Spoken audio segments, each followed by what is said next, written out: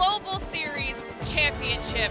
It is day 2 here live in Sapporo, Japan, as our players are making their way into the venue to prepare for another exciting day of action. We still have 3 series left in our group stage until we determine which of our squads will make their way through to the winner's bracket and which will have to battle it out to stay alive in the elimination bracket. It's going to be another exciting day of Apex Legends, and I can't wait to see what our teams have in store today. My name is Glitter Explosion. I'll be your host for this series, and I'm joined by a desk of phenomenal people, and we've got a new addition as well. We have Jumba, Jayhawk, and Zephyr. And Jumba, I'm gonna go straight to you. First of all, welcome to the desk. Thank you so much for joining us. I want to give you an opportunity first for anybody at home in the community who might not know you. Tell us a little bit about yourself and what you do in Apex Legends. Thank you so much, Glitter. Yeah, you know, I am an Apex content creator. I spend so much time talking about these players behind the camera, their stories, their gameplay, how they, want to compete in the ALGS, and I can't be more excited to be here in our biggest venue, our biggest event, with you 4 here today to talk more Apex in front of the camera for the first time. And if you guys are wondering, he was also one of the genius minds behind that Zero feature that we got to see yesterday on the first day, as was Jayhawk. Okay, amazing content coming out of these two, and I'm sure more stuff to come in the week. I'm not going to do any spoilers yet, but you guys have been crushing it here so far, so thank you for that. Totally, it's going to be great. We got a lot in store, and yeah, we can't spoil it, but the best is yet to come is what I can say, right, Jay? I'm so excited for the next one we have, I'm not going to lie. I'm excited for it, and I don't even get like an insider scoop, so everyone's going to have to wait and see. But let's start talking about why we're all here, the ALGS, and let's recap yesterday. If you guys at home are just joining us here for the first time, we had our first group stage day kick off, and the first series right out the gate was fantastic. I promise things aren't scripted here at the ALGS. If it was up to Jumba Jayhawk, I'm pretty sure they would be designing the perfect recipe for their videos, because with Fnatic coming out on top and the rest of the APAC North region representing within this first group, it is a fairy tale scenario. I will say though, we still got to see some great calls from North American teams like 100 Thieves that you saw there, and Virtus Pro, and of course Shopify Rebellion, who even though didn't pick up a win on the day, still were very successful at keeping it kind of consistent. That was basically the story of groups A and B, consistency. We didn't really have a standout until Game 5 when Fnatic finally jumped up, but everyone else was just right along them. And then we get into 2 new groups, and 2 new groups that were ready to impress here, Jumba. Just like Ben said, the script wrote itself. E36 from Korea, APAC North starts off by winning a game, but then this was the story of Aurora versus Alliance. They come out swinging. Aurora almost makes a 3-peat, but Alliance has an amazing fight to steal the game from them, steal first place, and almost qualify for winners after that first set there. So it was an amazing one there to watch as well. Yeah, I think by the end of this, everyone might be doing that same Aurora dance. We'll have to wait and see, but we weren't done with day 2 yet. We still had 1 more series to go. B versus D, Jayhawk. Another really fun back and forth. Yeah, and it really did feel like the 2 storylines that we saw from Fnatic and Alliance was gonna keep going, because in those first 2 games, they continued their dominant runs. Alliance took game 1, and then Fnatic followed suit, and all of a sudden we were thinking, this is the 2 powerhouses going back at it. But then the rest of the day, we start to see some underrated underdogs come into the mix. Go Next wins 2 games. They take the win.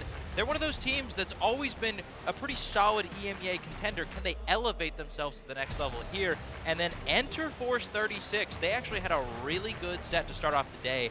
They actually popped off getting 2nd place in this one. And I think APAC and EMEA as a whole are looking incredibly strong. Yeah, insanely strong, and I know Zephyr is very excited about the EMEA side of things, and you know the crowd here, the hometown bias, is excited for all of the success that APAC North has been able to find. It's another day of competition now, and then the question is, will we see North America start to step up? We did see some of that with 100 Thieves having some success, but there's still lots of Apex Legends in store as we get a chance to see what, at the end of the day yesterday, ended up being our overall scoreboard. Like you guys mentioned, Alliance at the top, 120 points so far, and we heard the desk talking about this throughout the day. Everyone's doing so well that we might have that higher cutoff point than we had initially seen in previous lands. The level of competition is that much higher, Jayhawk. Yeah, usually when we get to the end of group stages, we're looking somewhere in the 90s. We already see 4 teams have crossed that threshold, so those 4 are probably feeling great coming to today. This is just now battling for draft position. So, but like you said, if one of those Alliance or Fanatics do end up having a monumental third set, they could suck up so many points that maybe that threshold does go a little lower or maybe goes a little higher like we've seen in the past. Yeah, and then we've got the second page of our squads here, and these are the ones that really need to pick it up, Jumbo. Only 3 more series, and not that they're out, because this is mostly seeding and POI draft, but you don't want to have to battle straight into that elimination bracket. No, absolutely, but you got teams here who you would expect to come out swinging, especially with some of the recent performance. Falcons, LG, who are currently sitting in the lower end, but there's some of these teams like Shopify Rebellion, who right now they've only played 1 set, but they got 45 points. So you see a team like that, they're coming in today pretty confident because they're on a good pace to get that winner's bracket, to even get up into those higher draft points still, so a lot to happen. And speaking of today, this is what you guys at home can expect as far as the order of our group head-to-heads. We'll be kicking things off here with groups A versus C to start off the day, then head into B versus C and close it all out with A versus D. And like we keep reiterating, this is for that seeding as to which teams will either get into the winner's bracket or go straight into the elimination bracket. And in that elimination bracket 1, we will eliminate 10 teams right off the bat. You have to stay alive to move through to elimination 2. So things are going to start to get heated. Today really matters. So let's talk about the teams you just saw on the schedule. Which of our 2 groups are going to be battling it out here to kick off the day? A and C. Now, this is going to be a fun matchup here. Zephyr, talk me through some of these squads. I feel like this group is really the tale of North America. We have so many of these teams within this lobby. So if you see some big statistics on the region, just know we've got a little bit of a bias coming out of both of them. Notably, though, like Jayhawk said, big standouts who, while they only have 1 match, Shopify, TSM, 100 Thieves, they're well within the range where even just the next 2 series alone, if they do it, should be able to make their way into that top 20. And of course, this is only half of the lobby, right? We have to talk about the teams on the other side of the table in Group C, Jayhawk. Yeah, once again, North America, like Jumba said, Falcons, LG, not having the strongest of days, but it was only 1 set. You go back to the drawing board, you're hoping to have a much better performance, but then still we have Aurora, who once again was waging that warpath yesterday. Do they continue it? Well, we're talking about teams that potentially need to pick it up here today, right? So now that we know which of our squads are in groups A and C to kick off the day, I want to start picking your brains a little bit about which teams you want to be focusing in on. Jumba, I want to start with you. Out of all the teams we have at our disposal here, who are you focusing on? So I'm actually looking at Cloud9. Since the Newcastle medal, since picking up Gibby, they've been, or Shuby, they've been one of the best teams to watch because he's so meticulous with his usage of his abilities to be able to get them to live. They've been having an amazing set in scrims, 7.6 average points per game, but yesterday they didn't do that great. 33 points, which they are on pace to qualify if they keep doing that, but they need to pick it up. They haven't been finding the placement that they want, and that's where they usually get most of their points. Right now, you know, they are, like I said, they had 5 out of 6 of their games where they're in the bottom 10 placement. Yeah. They get most of their points. They usually have an average placement of about 35% getting into the top 5. So when they're thinking about that they're going to want to be able to, you know, find their way to, you know, just live longer today, get back to the game that they're playing. I don't know if it's the Rampart. I don't know if it's the Catalyst meta that they're used to, that the other teams aren't playing anymore, that they need to work throughout. But I'm hoping that if they find it today, they're going to be able to go ahead and get back up into those top standings that they expect. Yeah, I think that we've seen now after the first day that once again, the new variable of even just E-District being in play here for our players has kind of shaken things up for some of these squads. More teams, though, that we need to talk about. Jayhawk, I want to come to you because I think you're going to give us a little bit about a squad that did have a really strong performance in Split 2 playoffs. Absolutely. I want to talk about Gaimin Gladiators. Obviously, right now, we're in a Newcastle meta, and this is the team that a lot of people were giving credit for as bringing this meta about. And like you said, at Germany, they absolutely popped off. They had a potential to have an all-time historic performance, potentially winning in 5 games. They weren't able to do it, but they did secure 2nd place. On the year, they've continuously gotten better. 10th, 5th, 2nd. Can they now take the win? They haven't looked that strong as scrims, though. I was wondering to see how do they adjust on LAN. Yesterday, to start the day, they had 29 points in their first 2 games, and I was thinking, Gaimin Gladiators are back. But then the next 4 absolutely crumbled. They weren't able to keep up that consistency like you can see there. 15th, 20th, 12th, 10th, only what is that, 2 kills, 0 kills in those last 2 games. They weren't putting up big numbers. And so I'm looking for consistency from Gaming Gladiators. Can we see the team that had one of the most consistent runs we've ever seen in Apex Legends history in Germany finally recapture that? We've already seen the pop-off performance. They won a game yesterday. If you can continue to have those peaks, but make sure your floor is a little bit higher, I think that GG can make it to that top 20. Not only the consistency to get there, but then we talk about this a lot, the ability to close out that win after you've hit your threshold, because that's the other half of that match point finals, and that's what they missed out on in Germany. So really, really good squad pick there. Now, Zephyr, I can't leave you hanging here. Lots of teams to talk about. I think I might know where you're going, but I'm going to let you say it. Tell me who you're keeping your eyes on. At least in this group, I would be remiss not to mention Aurora. After their performance yesterday, even within one series, they're still in the top 20 from their 65 points alone, which I'd love to talk about because it is the most unique Aurora we've gotten to see at an international LAN in a while. Notably, the majority of those points, 43 of them, came from placement. I know a lot of folks tend to remiss and say that this is a team that is kind of kill heavy, aggressive. We have seen them adapt now. They know when to pull at least some of their shots, find their way into some healthy wins that have allowed them to develop a different kind of sense of macro that has pushed them now into a really, really nice wealth of points. If we can start to see them maybe mix back in some of those kills where they fell a bit short, got eclipsed by Alliance, maybe we'll see them come out a bit further on top and maybe even winning a group stage. Of course, wins alone, they were still able to pick up 2. They have been phenomenal, 2nd and 3rd. That's that kind of placement I was talking about. But as you can see there, still, those kills in those single digits, smart. Not really playing for those big blowouts that we've been typically used to seeing. Definitely a good strategy here for groups, right? Getting themselves into a spot where the biggest priority, especially if you know you're in a spot where you've 100% solidified that winner's bracket, like we've mentioned quite a few times, is your draft position, because that heading into winner's bracket is so important, Zephyr. Absolutely. For a team like Aurora, they've been lucky in this last series to just stay consistent within their draft picks, but now it's a race, right? Yeah. Because ultimately, while most of these teams won't be contesting against them, if you let someone slip up just a little bit, talk about those weaker maps like E-District where you're not as sure of yourself, you could be potentially losing a strong POI that you yourself have made statements on during the group stage. Yeah, I think when we get into those brackets as they're set, it'll be interesting to see what E-District does to those squads that have it nailed down a little bit more. Is that an opportunity for people that are behind to pick up some points, Jumba? Or do you think that it's still going to be a little bit of a scrap for them because it's the map they have the least amount of time on? It's the one that you see a lot of, a little bit more randomness to the statistics out there because they're just not comfortable with it. When you look at each team and how they're doing, obviously their Storm points, their World's Edge, they're comfortable, but that E-District is just, it's hard to find that consistency. And also too, because of the way that the map is built, a lot more cities, a lot more cover. So battling that out there when you're used to the open fields of Storm Point or, the climatizer type zones in World's Edge, it's a lot harder. They had to get used to it. And like I said, now they got something like Rampart in there with all that cover. It's just extra on top of it that they can't find those kills, find those consistent placements like they're looking for. So we're constantly trying to keep our players on their toes, but a new day of series also means a new day of predictions from our talent. So let's take a look at what everybody said. I'm interested to see where the picks went this time around.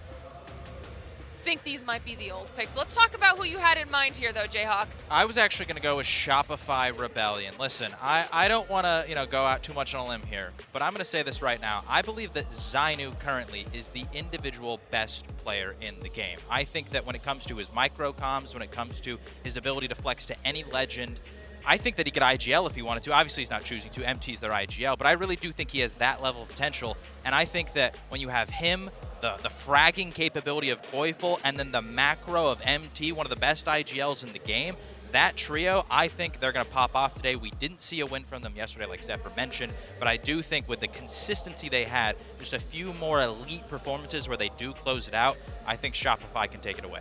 All right, I like that. I like that shout. Honestly, none of these group matchups are ever going to be easy, so I think that's a really good look. They're a team that, honestly, we were talking about the second we started our series yesterday, so it'll be interesting to see if our teams have gotten some rest, reset from their games their matches and their series yesterday and what they can kind of bring to the table this time around. And as we prepare to get into our next day of groups, everybody at home, if you're figuring out exactly how you want to experience ALGS, well, we have a tool to do it any way that you want to, okay? And this is what's even cooler because this is also Face It Mobile. All of the classic things that you know from our Face It Watch, multiple POVs, that map feed, claiming your drops is all available now on mobile. Talk about being able to carry your ALGS experience with you anywhere you go. You truly don't have to miss a single second of a week's worth of champs. So all you have to do is head on over to faceit.com/watch,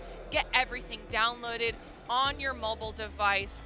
That is so cool. So hopefully you all at home will enjoy being able to use that. But like I said, we're moments away from getting into our first series of matches. Hopefully our casters are ready, because if I'm not mistaken, we should have Vicky and Genome standing by, looking fabulous. Are you guys excited? Vicky, give me your thoughts on this first series. I mean, this is going to be awesome. We've already seen 2 groups play twice. Now we have 3 more series to go. Now we get to see this group have the opportunity to play twice themselves. And after the action we saw yesterday, Glitter, I cannot wait to see the action to kick off day number 2. Vicky, Genome here, and Genome, again, after all the excitement from the crowd, I heard them cheering before we went live, by the way. It seems like everybody is rearing to go, and I cannot wait to see these squads really duke it out, especially after we've been able to see how teams had to adjust with adding E-District to the fray. Yeah, the EXO fans are back in force. The Japanese crowd is actually, it's quite a polite crowd, right? Yes. They don't get too rowdy, but I can tell you there are definitely some rowdy elements in there, and it's exactly the same one that was like shaking the stands at Mannheim. They always seem to have the most passionate fans out of all of them. And of course, EXO Clan will be in our Group A, B, C matchup here. Groups A and C playing together. And yeah, we'll be starting off at Storm Point. Again, 3 more series to go. Time is of the essence if you want to find yourself in that winner's side of the bracket. As we take a look at our map rotation for today, we will be starting off on Storm Point before we make the transition into World's Edge. So kind of a little swap up from what we had started with yesterday in our very first series of our group stage portion. But now being able to see where some of these teams may feel a lot more comfortable after the POI draft sheet. Yep, so having a look at our POI draft here, you can see which of the teams have prioritized Storm Point. You do get a lot of early picks on Storm Point. The teams think that there's only a few good POIs, you know, maybe 6 to 8 very strong POIs on Storm Point, so they'll go for those first. And if you're in that sort of 10 to 20 range, the teams might actually skip Storm Point and say, look, we've missed out on the good ones. Let's try and prio World's Edge or E-District instead. You know, looking at what a lot of our teams wanted to opt for as we get started with game number 1, let's not waste any time here. I was looking at 2 teams specifically, Genome. It was Aurora with their number 7 pick on Storm Point, going to Cenote where they feel very comfortable, but also the other team that plays high within their respective group when they have to play against the last 2 groups that we saw yesterday with B&D was 100 Thieves with their 8th pick on World's Edge. Now let's see how this is going to fare with GH as professional. We're going to see them get started with their loot and seeing where the circle is going to be pulling originally. Yeah, it's interesting you bring up Aurora there because they've got, so far, over half, 54% of their points from Storm Point. But then, when you switch over and look at how many of those points come from placement points versus kills, they're actually one of the most placement-heavy teams with 2/3 of their points coming from placement. And yet here they are, playing this Edge POI, right? And I do wonder if maybe it's the fact that you can bubble rotate with the cars that makes Cenote Cave a little more flexible from Aurora. And, you know, obviously in times past, this has been such an aggressive team, such a team that is so bloodthirsty, will hunt down other teams. And it's interesting how this meta has just flipped that on its head. That's right. I was going to say, like, the fact that you're talking about how they've been able to get most of their points based off of placement alone, and we were so used to watching this team get most of their points from KP, has been interesting and really highlights the adaptability that Aurora has been able to take advantage of as we get to take a look at where this circle is pulling. we already noted it. They like to land in Cenote, and since there's a few teams that don't like landing by Bean, there is a Trident there that could deny that opportunity of rotate from squads that may need to take advantage of that if they need to rotate somewhere far away. In this case, though, not necessary here for Aurora. They are on the edge of the zone here. They will be able to get some information, and Gaming Gladiators have already decided to go on their rotate to try to figure out where they want to situate themselves here. Yeah, and are they scouting around for other teams, seeing them fly in? Obviously, you've got, ninjas in pajamas who were playing the Loba from Jurassic and have made a quick rotate through up towards Bean. And now they're seeing some other teams pull up as well to Bean. Gaming Gladiators, I think despite the fact that they didn't pick up the ring console at Mill, might decide to stay put now. Now Falcons, though, all eyes on Falcons after a rather lackluster performance yesterday, trying to ramp up maybe a little too late here.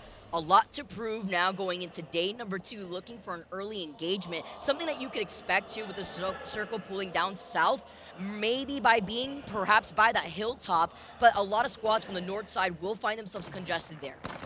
Yeah, you know, at once the most feared team in this lobby, but at the moment they're playing from Trident, Vicky. Unlike Alliance, though, they are not commanding the respect enough from other teams to leave North Pad unselected in the POI draft. So they do have to share that area with 100 Thieves. It also makes it harder to rotate out of there. You do get the Trident, obviously, which is a help in that manner, but not a lot of loot. Oh, man. And, you know, we saw a little bit of Mirage action from Aurora yesterday. We get to see it now from Shadow going forward as they're going to be able to pick up some KP themselves. Again, it's that congested spot once you see a lot of teams having to funnel from the north side of Stormpoint through Cedo here. It's FaZe on the other side of this fight versus Shadow. Yeah, Jackie 1 seems to be the flex player from Shadow, right? I mean, he's the one picking up all the fun picks. He grabs Maggie, and now we get to see him on this Mirage pick. Nice pick up there, taking down Nags from FaZe, and FaZe have been really struggling so far. I mean, his teammates have absolutely left him for dead. You can see Cinetic running over here to try and make something work. I think they are either 39th or 40th on the overall leaderboard right now, so FaZe in a world of trouble. No fate there, too. You saw Cinetic was out there right before they finish off that last player, second to last player from FaZe. He's going to try to go to Command Center where there is a replicator while we first look at LG here, trying to take this fight right underneath the bridge. Look at the teams that may be playing around the dome side, trying to deny that rotate. That was Oblivion here, while Gaming Gladiators look for an early engagement versus GHS on top of this building, rather the rock here. And this is a really important spot to hold in a zone like this because you will have that high ground positioning overlooking a lot of teams here as we say goodbye to GHS first. And the other interesting thing is he's got the triple take here, right? Yeah. He's got about 200 energy ammo. That's a fantastic... One of the big downfalls of taking Godrock is that you will often run out of ammunition and you can't really even fall off to get boxes and then get back up. You might kill a team, but you don't really get their loot even if you do it. If you had picked up a Nemesis, you run out of ammo so fast now with only 54 ammo that you're keeping in your backpack, whereas the triple take, since it had that buff, it actually is so ammo efficient right now. Obviously, it has fallen off. You're not seeing teams pick it up since the introduction of the accelerator stock. But in this particular instance, in this place and this situation, Gaming Gladiators are very happy to have that weapon on their side. I love how you highlight that because it also shows why some teams have to opt for certain weapon loadouts depending on how quick they want to hold that final zone positioning, knowing that they're going to be denied loot. And why you see some teams, when you see a Loba in the lobby, it means that their POI has that lackluster loot and their goal is to go for a quick rotate in that case, but they're not running that Loba, right? They want to be able to secure more of that double support here instead, while FaZe was able to get that res. Good news for them here, uncontested for now, because they have nobody coming in from the north side. They will be able to get some information from Command Center before having to take their time to rotate into that next zone. Yeah, not unhappy to get the res, but that said, with Shadow 3690 lurking in their vicinity, it's a bit of a shark in the water hunting them. As you can see, get that information about the next zone in just a second. Shopify taking their time down near Pylon, where if there's not a ring console for there to pop, they will head over to Jurassic and get that information very soon. Circle goes very much over Beans. Still a bit of mill in, though. So let's see whether it goes south or north from here, whether perhaps 100 Thieves get to lock down that southern mill building, or whether we'll get another one of those zones we saw yesterday that was, sort of on the hill in between, where you saw how important it was to hold on to every ability you've got, every cooldown you've got to use, because you never know when a team's going to turn their attention towards you, and you'll need to hold them off. That, and when you don't have the ability to really work into the natural cover that you could have in the terrain, whether you're out in the open on Storm Point, if the zone does end up pulling just slightly north, with so many teams already in that next zone, the squads that have decided to commit inside these buildings won't have that next console information versus the teams that do like to take their time when it comes to rotating in that next zone. TSM, Full Purple, is talking about playing objective, are now slowly trying to approach a squad that has been waiting in Mill. That is 100 Thieves that have already stationed up on top of Mill, and they're on the edge of that next zone too, by the way. Yeah, but they don't have all that long to take this engagement, right? I don't think this other building is in at all, so TSM are going to have to make that move within the next minute and a half. Shopify Rebellion get that first knock onto NRG. They're chasing them down through Barometer now, trying to confirm kills. Don't want to let them get that reset. Oh, they are going to be able to get that finishing blow here too. Shopify Rebellion, your team pick here, Genome. Team that is very strong when it comes to trying to rotate, but coming out of the circle, NRG running for their lives. Shopify Rebellion aren't the only threat in front of them. It is also Aurora. You can see Aurora in the car just ahead of them here. They actually turn tail and run. Interesting. I thought this was a great third-party opportunity. One team coming out of the zone with a lot of health damage done to them. The other one just a duo, but Aurora, well, I guess that's playing into that game plan that we were talking about before, really prioritizing the placement points. Trying to pick their battles smart here too. There was an Evil Harvester if they hadn't gotten it already, and now hearing the fighting happening from a distance. Shopify still, with blood in their eyes, are going to be able to chase down NRG. Now this time claiming guild. Still a member alive from NRG if they could try to get away. Shopify, the only squad within the vicinity of Barometer, but waiting for them on the edge of that next zone. We saw Aurora zip away on the Trident, but it was LG that we saw them stationed underneath that bridge. They have not moved from that spot. Yep. See if anything comes to blows down there. Meanwhile, back at Mill, TSM have moved around to the side. All right, Design. Team Burger now pulling up on 100 Thieves. So I don't think 100 Thieves, there's still quite a few teams on the north side of this zone, and I think a lot of them will end up cycling through this position. So 100 Thieves are just constantly going to have to be watching their backs. I really like the story behind 100 Thieves and the way that they've been able to build up their synergy over time. I saw a funny social media interaction yesterday, actually, where Nadeshot was trying to remember who Design was, and Design letting him know, don't worry, you'll know who I am once you see the receipts after our boot camp training. And 100 Thieves really ramping up at this event right now, still going to be able to hold down Mill. You saw TSM respecting them, opting to go outside of Mill, not wanting to take that fight, also playing core positioning as LG, again, have not moved from underneath this bridge. Taking some shots onto Shopify. NRG are still outside of zone in Barometer, where they have a replicator. They're probably going to go for that res there too. And you can nice see this overview of where that next zone is going to be pulling. Still, a lot of teams outside of that next zone. FaZe coming in from that north side, Shadow inside of that building, as well as Reignite taking their time from Cedar, where there is a Mythic bin, and Aurora looks like they're going to prioritize getting that Mythic bin. Oh, they are zooming straight for it. Okay, zone shifts to Bean. So we haven't had much of a look at the buildings over there so far. I'm sure we'll get there soon. But Aurora, Reignite were looking in the direction of the Mythic bin, but you can't just set your eyes on it. It's like when something's on sale and you're like, oh, should I get it? Should I get it? No, come on, put it in the cart, put your details in, and get it into your wardrobe. Anyway. The excitement that you get from Black Friday, right? Yeah. Everybody gets some of this here. All the loot that they need and full reds to work with if you're Aurora.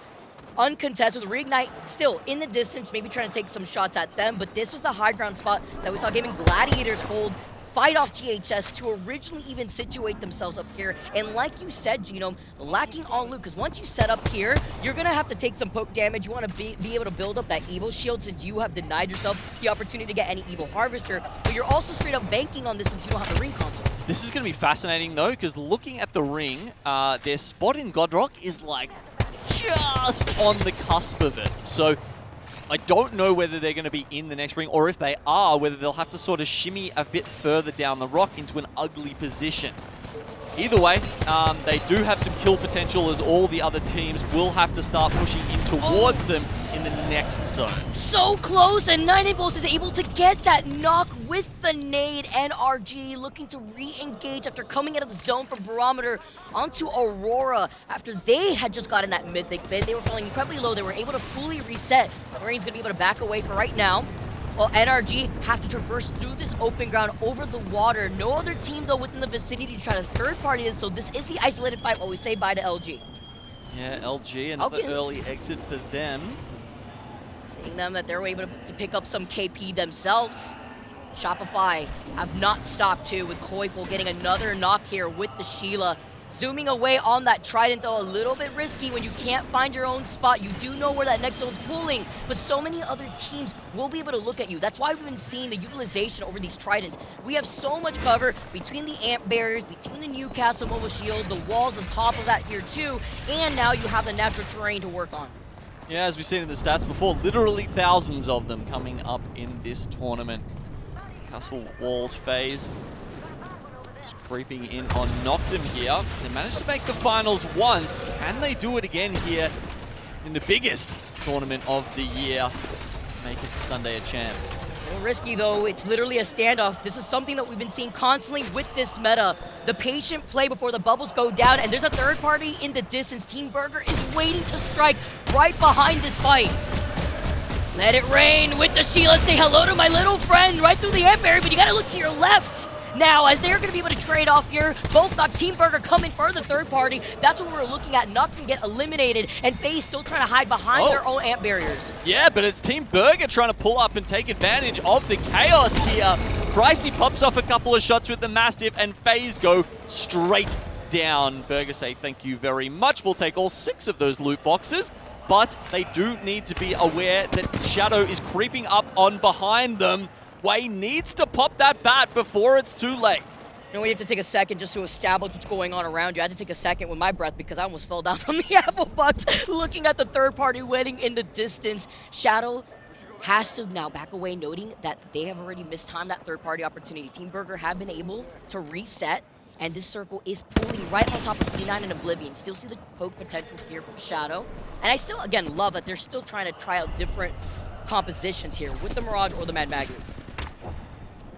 Now let's see if they can sow a bit of confusion as they go into Team Burger, if that's the direction around the rock they decide to go. If they potentially go counterclockwise, they can run straight into the zone, but what cover there is, well, it's probably only going to be what they make themselves. Yeah, okay.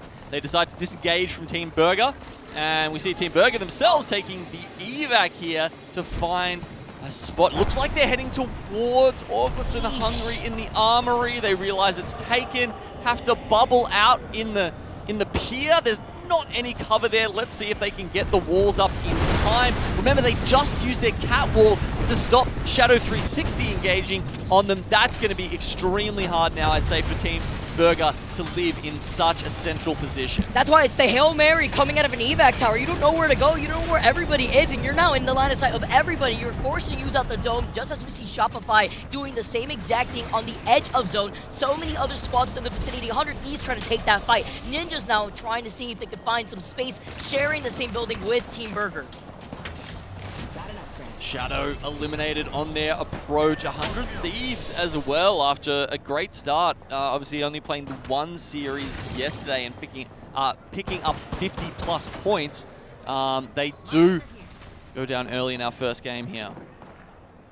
It's tough here with so many other squads here. Gaming Gladiators have not moved from this spot, and having the Trident there too from the very beginning, giving you that extra cover. We did see Light in the kill feed get a knock with the Kraber onto one of the members of Shopify. Now trying to take a different angle with TSM underneath. So here's that question. Will they still be in this next zone and have that opportunity to be firing directly down on the other teams? Yes. So they get just a window of time here where Gaming Gladiators really can dominate this lobby, but they have to make so much good use of this, Vicky. I mean, this is the time, right? You see people running out below you. You can start shooting them and open up your path into this next zone. But, yeah, you can't take up too much. You can see those amped bullets heading up towards them there. So much pressure here. Ninjas is one of the squads running the Loba, so they're not denying themselves that looting opportunity, but playing right underneath that building, getting pinged in the distance. The Gibby bubble has been unleashed here. Nask is going to call in the Gibby ult. Shopify are zooming around too on a Trident, approaching C9, approaching Falcons. Gaming Gladiators White keeps getting beamed from behind. Yeah, look, they tried to make the bubble rotate, but of course, the weakness of that is that you can get shot from underneath, and they're so high up that everyone can just dome them. And it's TSM, once again, that are still below them. Zane, though, gets these shots with the Massive. Tries to get the trade here after bringing the last one alive for Ninjas. Avoids a nade, another nade right behind him. With the catwalk right in front of him, too, literally dancing around the bombardment. Burgers know they're in a bad spot, so they have to make a play, but they do go down to Team Ninjas. Ninjas in Pajamas are also falling, of course, and Auglis and Hungry feasting on the teams on the eastern front. Perfect gatekeep here, run the circle, and C9 inside this building looking at Auglis and Hungry now. 7 squads left, NRG are isolated from that north side. Gaming Gladiators have managed to move forward, and TSM that were harassing Gaming Gladiators from behind are also right behind the other side of Falcons here trying to find an opportunity. But playing around the actual Trident and the Newcastle wall. They're in the middle of everything, Gino. They're in the middle of this entire chaos, and they're just waiting to unleash with the Sheila, getting the knock onto Gills. He's got his eyes trained on the feet right now. Still a couple of bullets left in the Sheila. He doesn't want to waste too many. You've got to chew through some shields usually before you can actually get those kills. And it's GG behind them. Finally, they've had to give up their perch.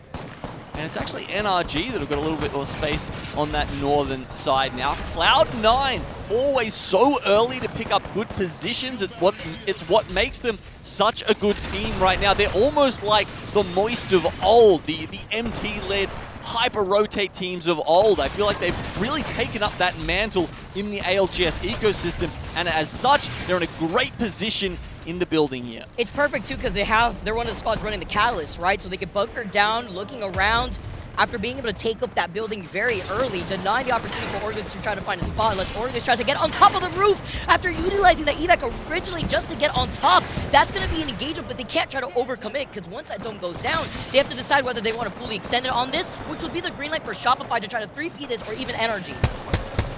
Oh, but they won't have the opportunity because Falcons is too busy wiping NRG off of this lobby, and they're still in the middle of this entire zone with all the attention on them.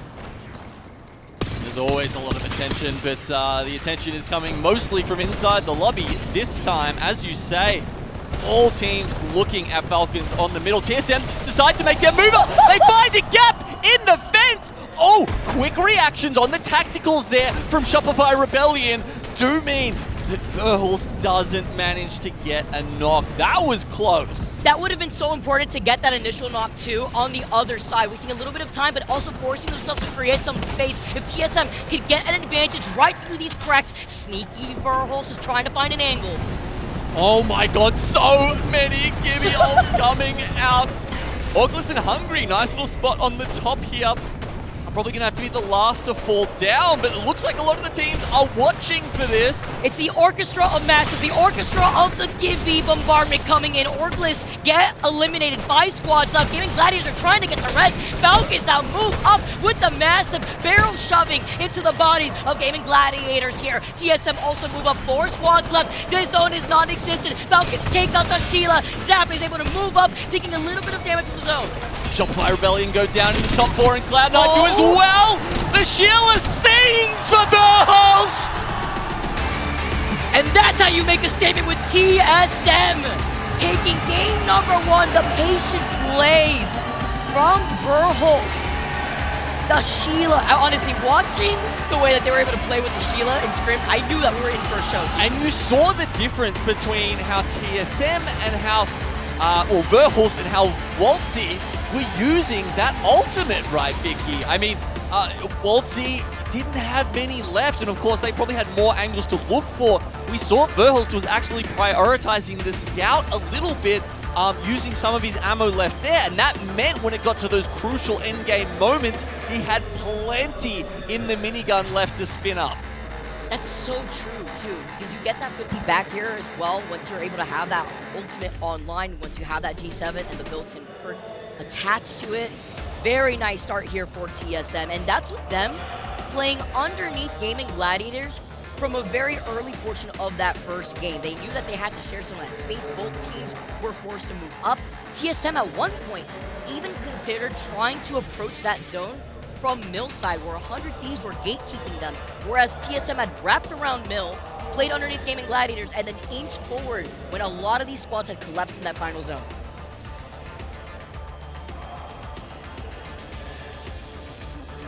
Well, I can assure you that Falcons are going to be very happy when they saw ALGS and Hungary's name get eliminated as they were jumping off that building. I was talking to our friend who does some of the listen-ins earlier this morning, Vicky, and he was saying that there were some very tense words being exchanged between the Falcons members after they got ratted on 3 times yesterday by ALGS and Hungary. I mean, that would tilt anyone. But the fact that it's, you know, one of their nemesis, nemesis, like the gun. The plural of that one. Anyway, yeah, would have been really tough for them, right? And I think that was, they were actually almost a little bit lucky that they only had the one series to play yesterday, because it allowed them to get a reset and come back here with a solid second place and 20 points. And it's necessary here too. How coming through with 5 KP, Waltzy with 2, z-o-o-m with 4. I think, by the way, 2 of those times that we saw them get ratted was when we were up on the podcast. But C9, the patient plays were highlighting how they were very quick to get into that building, hold it down with the Catalyst, and still be able to achieve the placement points that they needed while still being able to pick up KP from the squads around them. CTSM taking that #1 spot with 5 KP, but Falcons were tearing up that lobby, even situating themselves directly in the middle of that zone, utilizing the fence line behind them. They had to try to in front of them, all the amp barriers in front of them too, while kind of splitting their attention and looking at a lot of teams to put pressure to make sure they weren't going to be the ones focused. Yep, and it was Team Falcons who came out with the most points, TSM who came out with the win, and as well as you can see, Shopify Rebellion, Gaming Gladiators also doing pretty well there from their decent spots mid-game and leveraging that to get into good spots in the end game as well. Ninjas pick up a couple of points as well. We saw that happen in the previous series yesterday, but then it was the lack of follow-up that really they had trouble with. Interesting, we saw Zap there. You know, he was picking up, I think it was something like 1,700 damage, but with 0 kills. Verhulst with like 800, just, you know, spraying a couple of minigun bullets in there to steal them away. I don't know. That's all you need sometimes. You just need to enable your teammates. Verhulst with the Sheila, waiting to move forward, waiting to take up a lot of that space there. But it's been nice to see TSM wake up, really start off really quickly here for the squad. But now with game #1 ending, we still have another game on Storm Point to go. Don't go anywhere, guys. We got day #2 for the ALGS Championship coming to you on the other side of this break.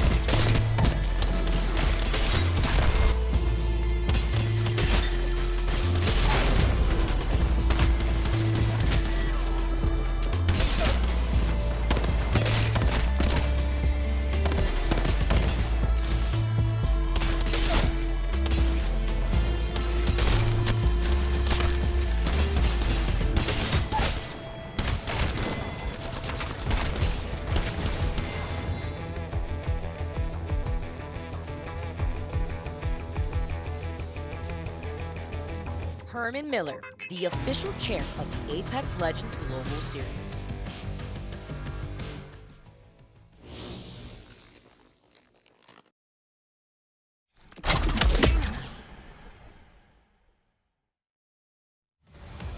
I'm up, ready? I'm popping. One down left, there's a guy dead on left! We can kill left! I'm shooting wall up.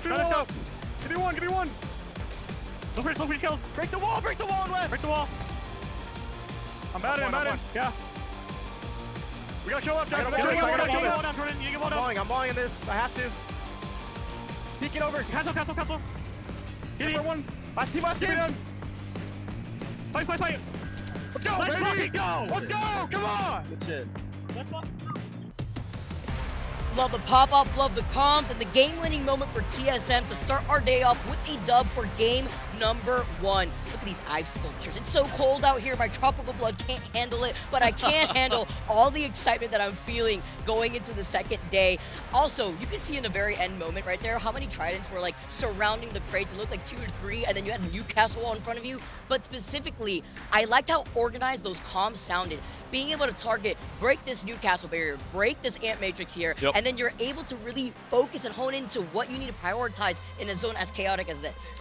There's our man Privacy from Falcons. He's obviously very happy after that first game. As we said, it was really only game 6 that pulled it back for Falcons yesterday, but they started off with a bang here, and yeah, they are a team that, you know, they seem to follow a trend this way or a trend that way. So hopefully with that great game 1, we'll see them pick up the pace here, because they are such an exciting team to watch when they are doing well. It's that hot and cold moment, right? You need to find that consistency. You need to build up that momentum, and that's how you do it here for game number 1, when you feel that stride starting on one of your strongest maps for Stormpoint. And we still have another game as we move on to Stormpoint. A little bit of a change up on that map rotation if you guys are just tuning in just now. We start off on Stormpoint before we go on to World's Edge, but what that does for some of these teams, it really highlights which map they want to prioritize depending on the POI draft.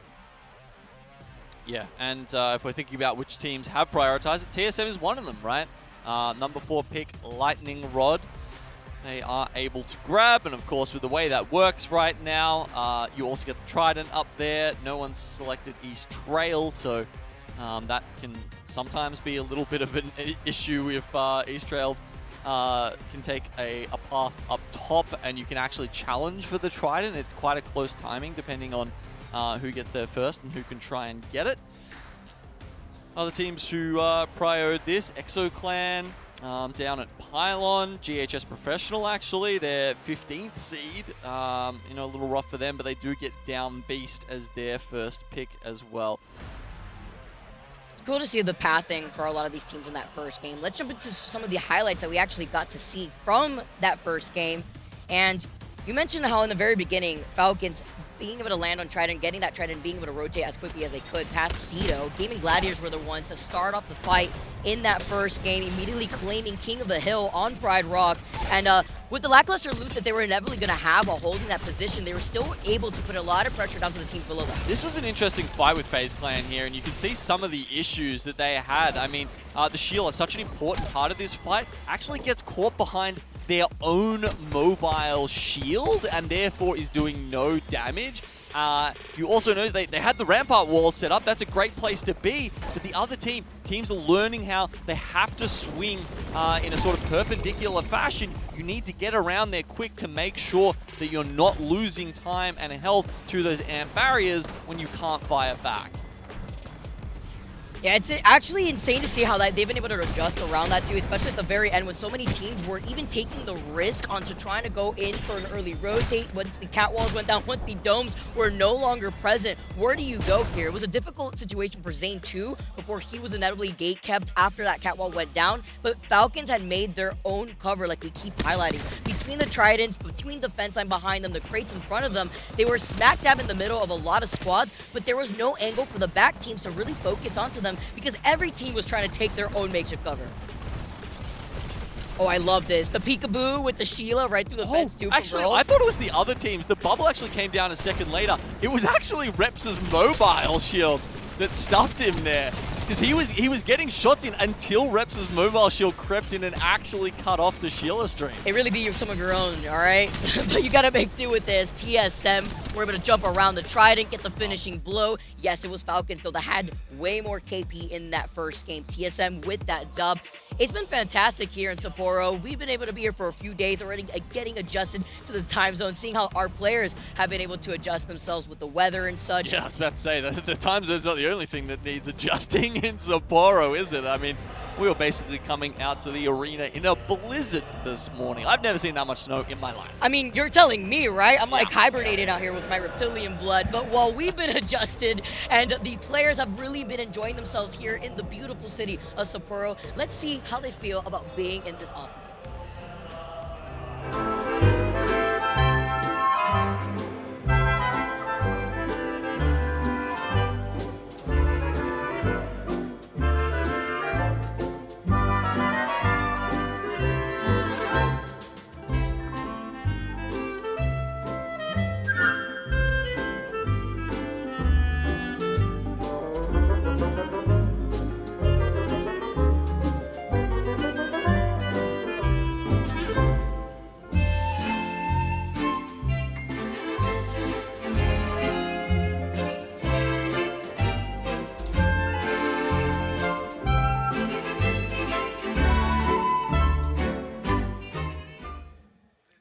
Get yourself a squad like Complexity, by the way. The way that they hold hands in the snow by the monsoon just kicking over. I mean, come on. I mean, in-game or out, they always seem to be on top of each other. I don't know what that's about, man.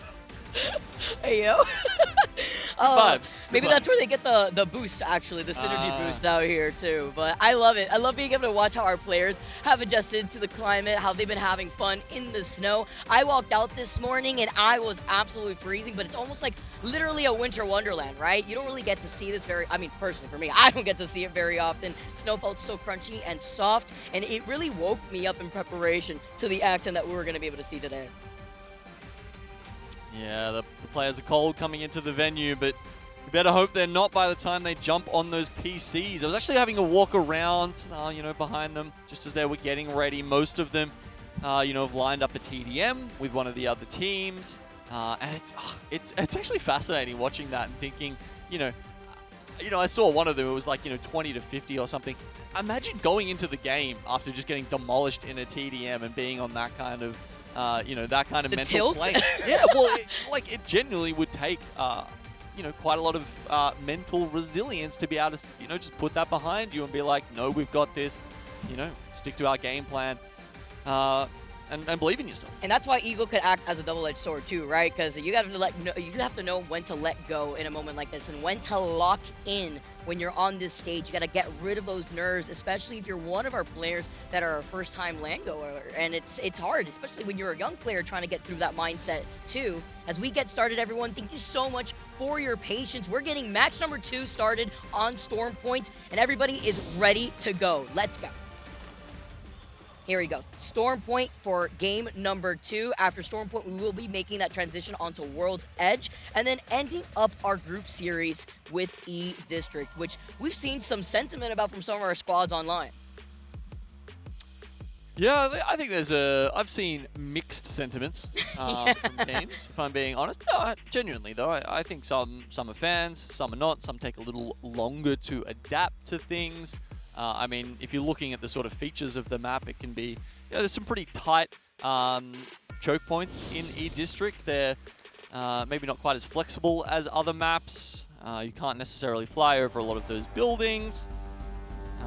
And I guess similar to parts of World's Edge, it is quite built up. As opposed to Storm Point, it's quite open, right? And that does change how you want to play.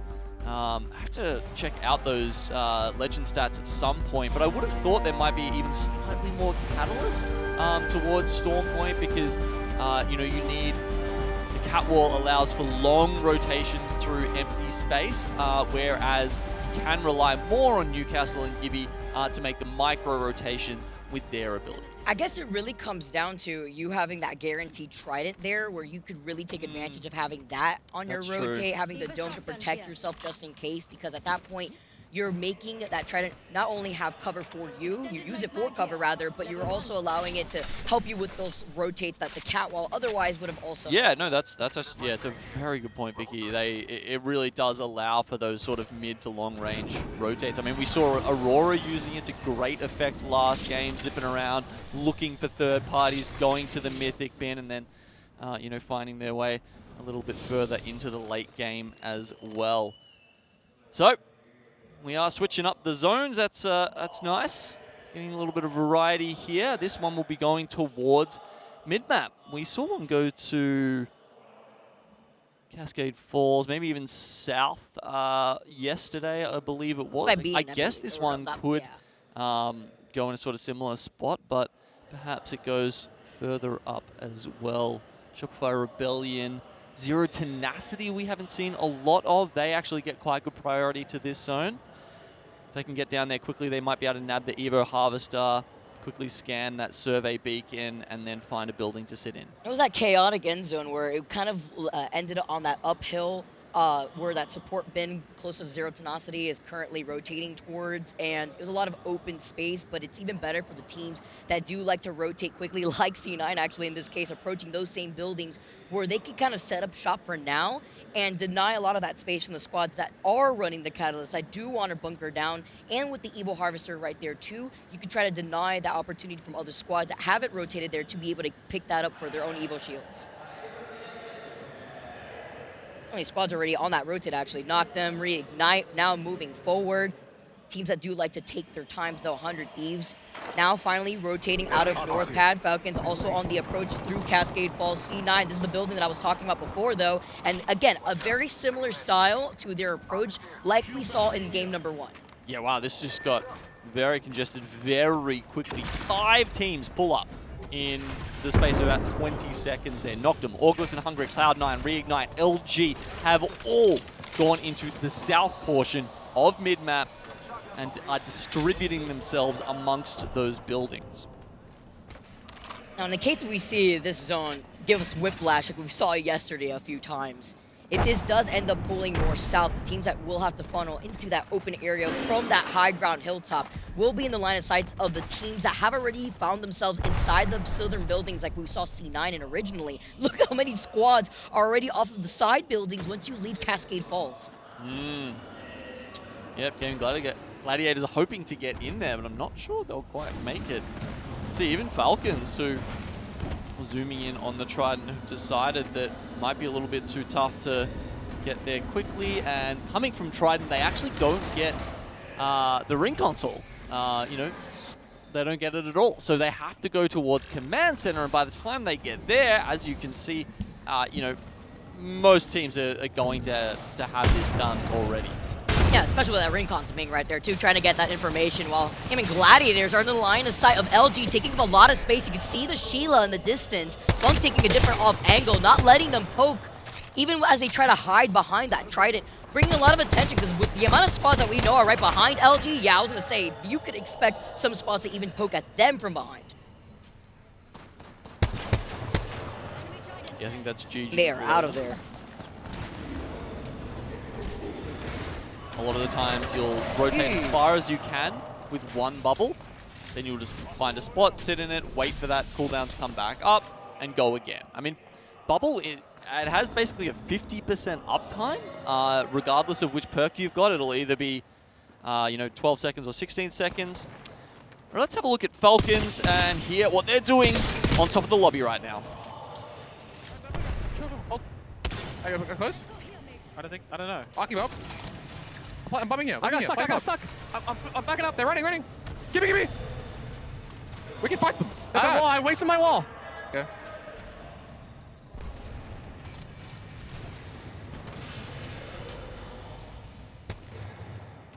I'm watching our back. They seem fucking bad, bro. Maybe it's Burger. I don't know, but I just instantly got fucking stuck. Right.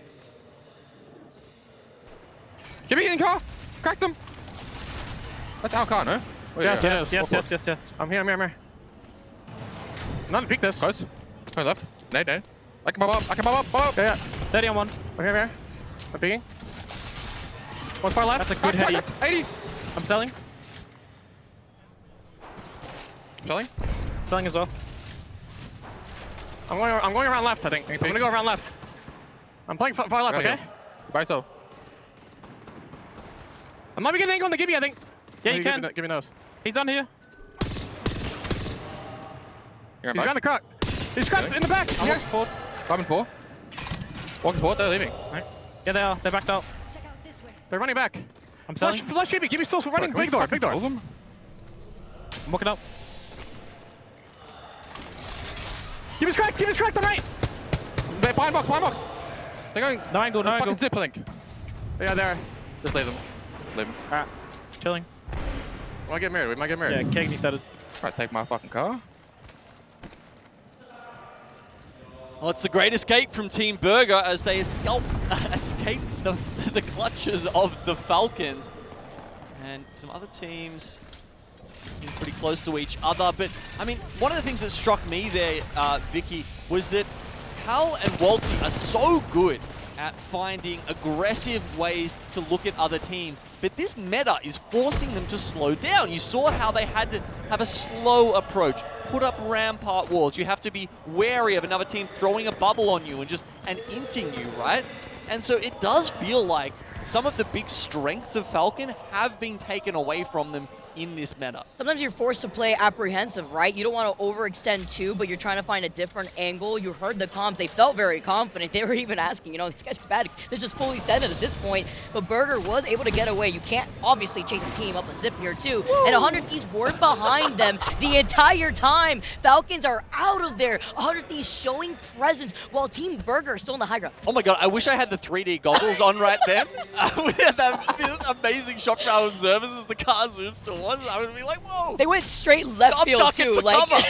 They dashed away. They were so quickly out of there. And now 100 Thieves have basically swapped spots with Falcons where they're the ones approaching command center. And Falcons have now rotated through Cascade where Shadow is still in the buildings by Cascade themselves, kind of overlooking the teams that may try to rotate from that northwest side. Get a nice little overlook at how many squads are exactly in that next zone, though. A lot of space, even if there aren't buildings available, there are on that north side where you can share, but even on the south side where we saw LG take up some space, where you could really play off the boulder in that gigantic tree. Yeah, and the south side always seems like an option, right? Like, yeah. There's usually a bit of space in and around Jurassic, where you can play around those fence lines, and, there's a lot of good cover there where you can focus on, a team behind and then start making your way into the circle once you've cleared your back. Great engagement here, though. TSM with a nice crack off that nade, looking to try to see if they can force their way in. Utilizing that mobile shield, trying to put down the shield out of the rampart walls. Rev trying to take note, though. FaZe get eliminated in your feed. NRG have been putting down the pressure. Here comes a Newcastle wall, and they are setting up shop all company. This is, again, the same type of situation that we've been seeing from so many teams when it comes to sharing some of these floors in the same building. Yep. It's just very hard to push, isn't it? You pretty much have to waste or use an entire clip of shield to just burn through a mobile shield, burn through the castle wall as well. Actually, that's one of the stats I'm going to be interested to pull up.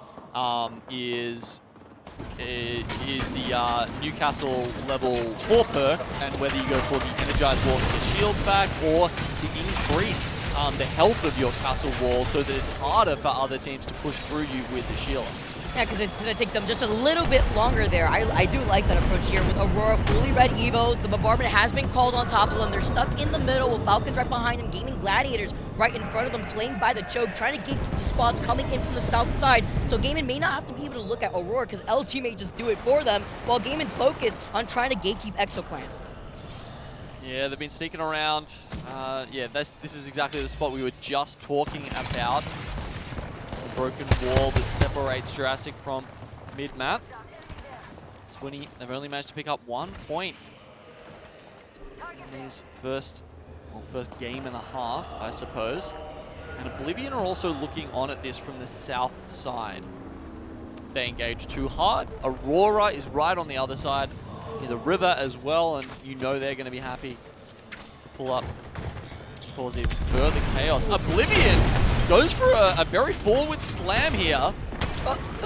Okay. All right. Old mates now having a nap in the car. Did they get a stick on the Trident? it looked like they maybe that's why they wanted to start the engagement, but then having to back away almost immediately too.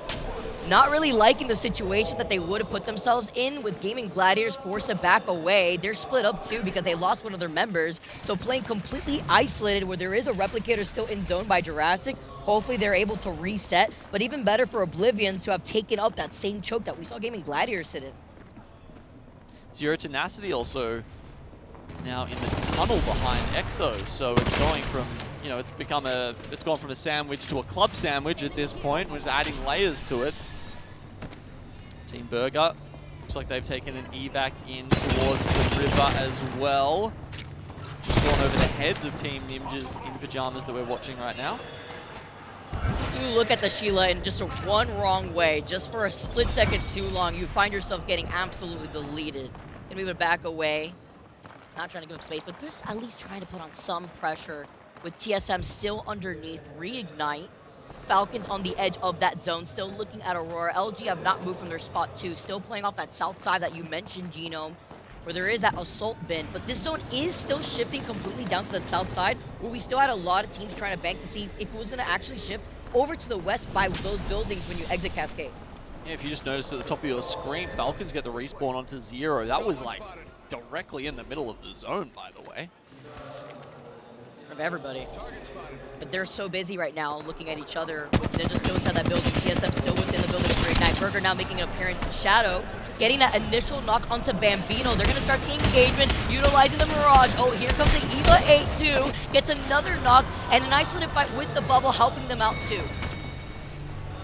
Yeah, we were talking about particular shotguns being particularly effective with some legends, and the EVA with Mirage is one of those because teams aren't necessarily expecting you, and therefore they're not, you know, carefully jiggling around the side of a bubble. You can just come in and get 3-4 shots before they even know you're there. I was wondering going into championship meta if we were going to see any Mirages into play. I like to see some of these teams really try this out on different maps. 100 Thieves though, with the Trident, with the Gibby Bubble, now trying to avoid the bombardment. They also actually utilize a Newcastle wall, so a lot of utility being used up here while still being focused by the team in front of them. Okay, here's the state of the game as it currently is. We get that next ring revealed, and it's right on Aurora. That makes that fight between ExoClan and Oblivion down the bottom extremely important. Looks like Gaming Gladiators were taken out, and Shopify Rebellion actually, it's very good for them as well. I think there's like a little tree and something around down there that they can play around, so not a lot, but if they can fortify that position, I do like their chances too. Oh, look at this face-off though. While TSM move forward, Falcons were right behind them. Zap gets beamed. Forced to go into this corner to try to reset while Falcons look onto the other side of them. They're looking at two different teams at the same time. TSM do manage to find some space to recover. Oblivion win that fight down towards Jurassic, so we're talking about that being an important spot to hold, and now they have it all to themselves. They'll just have to watch out for a rogue evac, and then they'll just be able to walk in behind Aurora. Very fortunate spot for them to be in now. Having to be careful though. Although you have the two trees in front of you, if you're in Oblivion's point of view, still have to go from that high ground hilltop to the bottom where Shopify will be able to sandwich you alongside Aurora. But NRG have been put in this position from the very beginning, putting in a lot of pressure. Let's jump into a listen with NRG to see how they plan this next rotate. Thank you. What are they gonna do? I don't know. They're just standing there. Hit Newcastle 20. Maybe Valkyrie? No, they have Cat. Or actually, they haven't rebuilt the doors. It might be Valk.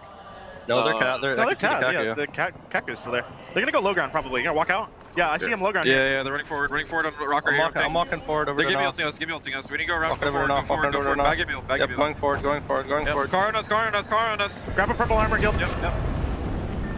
Car in front of us. They're right here. We need to shoot these soldiers. Shoot him. Kill Gibby. Flush. I'm gonna minigun I'm walk out. popping an ulti cell, then I'm gonna fucking Gibby ult them. Burning one. Breaking Newcastle key. Okay. Burning one flush. Behind me. Pull. They're swinging. Full team. You're gonna have to bubble. I'm bubbling on the street on me. We have to take the bubble. Yeah. Slide forward on me. I'm holding for shield. Oh. 100. Behind us. Get the kills if you can. Behind you, front. Play me. Oh, I got my kill. Oh, man.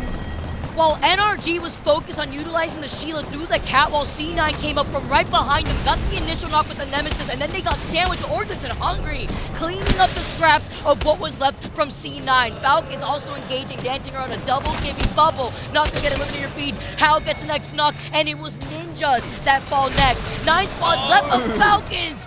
Lose out on 1. They're trying to get the reset. Oblivion are going to move forward with a Newcastle ult. Hal does manage to get one drag and a res, but as soon as they're up, they're down. Completely removed now. Hal has to try and find a rat spot. Luckily, we're not in a scan meta. Maybe he gets away with this. Reignite are close by, though. We'll have to see. They discover him. Just a crumb here as he's hiding behind the crate. Reignite with the Sheila looking around to see where he may have rotated from. Trying to see if they could find him, but without leaving from their spot, they are looking also at Team Burger, TSM waiting to gatekeep the squads that are going to be forced to move in from that north side. Yeah, Reignite, Team Burger, LG, I believe they're all full squads up the top. They're going to run into 100 Thieves and then have to get all the way down into the circle. Shopify Rebellion, this is actually extremely reminiscent of that zone we had above Landslide yesterday, Vicky, where Shopify had so much space to themselves as a result of their late rotation style. That time they didn't quite convert and pick up the kills. Let's see if they can do it a little bit better now. Verhos was the one that picked up that KP onto Hal. Falcons are out of this lobby while Zap gets the next knock. Here comes a bombardment by the side of the zone, and LG are zooming away on the Trident, trying to see, being able to see if they can find this spot here, but if they do move, they're kind of in the middle between Oblivion and Shopify. Oh my gosh, they get here too while everyone's fixated on the squads coming in from north. They do, with a rock to their back, that looks to be an okay spot. TSM, wow, we haven't seen them under a lot of pressure at all so far this series. They always seem to be the aggressors. We also get to see 100 Thieves wake up with Design getting that knock and finishing blow with the Sentinel. TSM now move forward, seeing that the Sheila is to their right though, but their focus is instead moving up to try to claim the space by the rock. They also move up into first position, overtaking the Falcons. And they're on the back of 100 Thieves now. But as you can see, some decent rock cover in front of them. Shopify on full reds, as you would expect, just trying to take down some of these amped cover. And the Gibby bubble, the Gibby ult goes in, but it's only finding The way that they're others. sharing so much of that space too, it's literally this entire end zone, a split across the middle from the canal going in, and all you hear is a Sheila from a distance. Shopify still playing on the corner. They're looking at 100 Thieves while playing with space to allow one of the members of Shopify to actually harass LG. Here comes the ESF, but they lost out on Zap first. Reps gets the next knock. It's a trade-off after they're able to get the knock onto Jen. Now it's going to be that 1v1 Burl trying to slide in with the EVA 8 shots. What? He gets the finishing blow. 100 Thieves get eliminated. Burhos, what did you eat for breakfast today? He is absolutely feeling himself. You can see the way that he's playing with confidence. I mean, yeah, after they get the knock, the entire team swings him and he doesn't even blink. Doesn't miss a shot, but it's going to be very hard now as he goes down to the other 3 full squads. They're all pulling into it though. LG bunkering in that bubble while Shopify Rebellion and Oblivion trying to obliterate them from either side. Look how much is in front of LG here too. Shopify with Koi is going to be able to get that double knock, but they can't give up the space just yet because Oblivion are also looking at them. They're trying to take a different off angle with Koipo and the Sheila. He tears down these walls. He's got the G7 with lackluster ammo, but that may be just what he needs in this end zone. Gold Mastiff for MT. They haven't managed to eliminate LG in that little window where it felt like they really should have been securing a top 2. But Oblivion now are going to help them out. They're so close to LG. Look at Breeze, he's got 6 KP. The whole squad has 14 KP and climbing, but Koipo is uncontested on the high ground. Say hello to my little friend with the Sheila. They lose out on Zainu. Koipo now has to forcibly move forward. He sees a Newcastle, but they cannot let the reset. They cannot let the rest happen. Are they going to get it? Zainu goes down fully, but no, Shopify Rebellion convert from that lower spot. And this is what we wanted to see yesterday. There we go. This team that has, 2 of the previous LAN winners on them. They are, in a lot of respects, the defending champions here.